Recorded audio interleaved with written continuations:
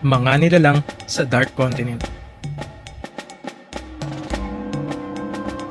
Number 1. Omibosu. Karamihan sa mga natatanging nilalang sa lupain ng madilim na kontinente ay ang mga itim na higanteng mukhang katulad ng isang Omibosu. Ang Omibosu ay ang mga yokai o mga multo, mga may supernatural na mga nilalang sa alamat ng hapon na matatagpuan sa dagat na umatake sa mga mandaragat. Ano man sila, ang katotohanan kung makakagamit sila ng net, ito ay nakakatakot. Number 2. Dinosaurs. Fire-breathing dinosaurs. Ito ay isang typical na four-legged dinosaur na may maikling bahagi ng mga paa na may matangkad na binti sa likod. Hindi tulad ng isang dinosaur, bumubuga ito ng apoy, katulad ng makikita natin sa mga alamat. Eight-legged dinosaurs. Ito ay isang itsurang dinosaur o isang butiki na ayon sa teknikal nitong itsura, ito ay pareho lamang.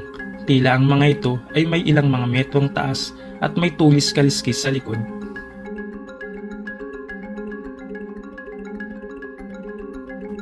Four-legged dinosaurs. Ang isa pang natagpuang dinosaur ay may apat na paa na kinakain ng iba pang nilalang. Number 3. Bison. Ito ay katulad ng mga tipikal na bison sa kilalang mundo. Hindi sila malalaki kumpara sa mga ibang mga nilalang. Tila nakatira sila sa malalaking pangkat. Number 4. Giant worm. Isang bulate na maraming beses na mas malaki kaysa sa average na laki ng mga bulate na makikita sa kilalang mundo.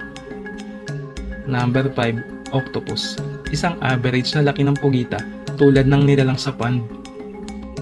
Number 6. A giant crab.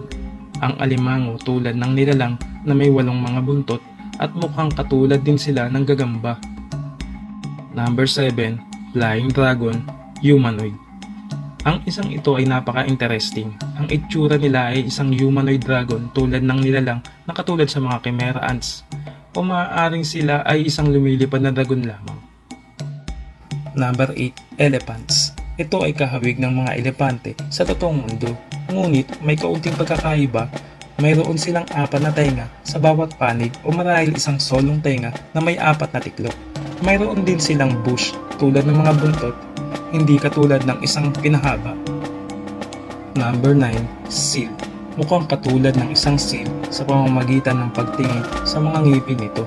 Gayun din ang mga proportion ng kanilang katawan ay katulad din ng isang seal.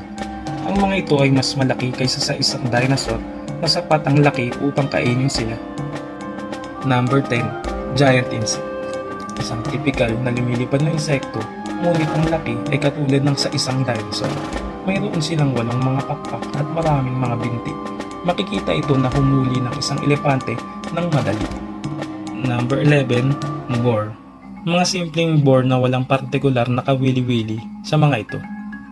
Number 12. Some creatures nest. Ang isang ito ay mukhang isang higanteng pugad para sa ilang mga nilalang. Number 13. Mysterious head, Tsurube Otoshi. Kung kailangan kong hulaan kung ano ang ulo na ito, maaaring ito ay isang reference sa isang yokai, Tsurube Otoshi. Ang Tsurube Otoshi ay isang pugot na ulong nilalang na biglang bumabagsak mula sa mga puno at kinakain ng mga tao doon. Number 14. Mysterious hand.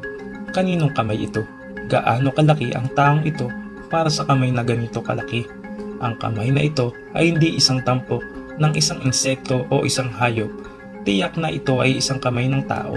Marahil ito ang pinakatiyak na patunay sa mapa para sa pagkakaroon ng tao tulad ng mga nilalang sa Dark Continent.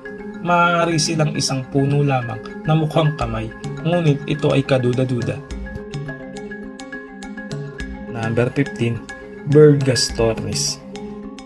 Ang ibong ito ay mukhang katulad sa ngayon ay ang extinct na prehistoric bird Gastornis.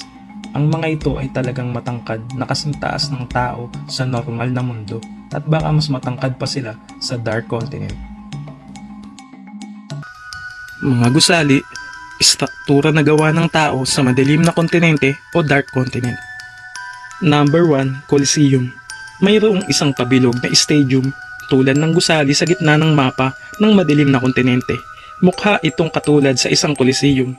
Upang maging patas, maaari itong maging isang pugad ng ilang mga hayop o malalaking insekto, at ang mga matutulis na poste sa itaas ng koliseum ay tila karagdagang patunay na ito ay isang artipisyal na instruktura. Number 2. Ritual site. Mayroong isang parisukat na hugis na istruktura na may mga bato na nakalagay sa mga gilid at sulok nito.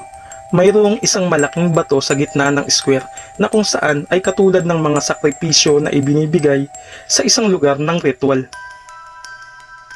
Number 3. Graveyard. Mayroong dalawang magkaibang hanay ng mga lugar na kapwa kahawig ng isang libingan. Ang unang larawan ay kahawig ng isang libingan na naglalaman ng mga cross. Siguro ang pagtawag sa mga lawang larawan ay isang libingan ay maaaring maabot, ngunit ang mga ito ay itsura ng mga gravestone. Number 4. Gusali at bahay. Ang mga ito ay itsura ng isang gusali ng estilo ng apartment o isang maliit na hugis parihaba na hugis ng mga bahay. Walang maraming maidaragdag dito. Hindi siya mukhang natural na ginawang istruktura. Ang pangalawang larawan ay parang isang bahay o kastilyo na itinayo sa itaas ng isang gumagalaw na sasakyan. Number 5. UFO. Ang mga nabubuhay na bagay doon ba ay sumulong upang makagawa ng isang lumulutang na UFO? Tulad ng mga sasakyan, ang mga ito ba ay simpleng gawain ng isang taong may name? Ang mga ito ba ay natural na nagaganap na istruktura ng lupa na lumulutang dahil sa ilang magnet na tulad ng hindi pangkaraniwang bagay? Hindi natin alam ang sagot sa ngayon at baka hindi din natin ito malaman. Personal ko na sasabihin na ang itsura nito ay isang UFO. Malinaw na nais ni Togashi na malaman ng mga mambabasa na lumulutang ito dahil gumuhit siya ng anino sa ilalim nito upang mailarawan ang posisyon nito.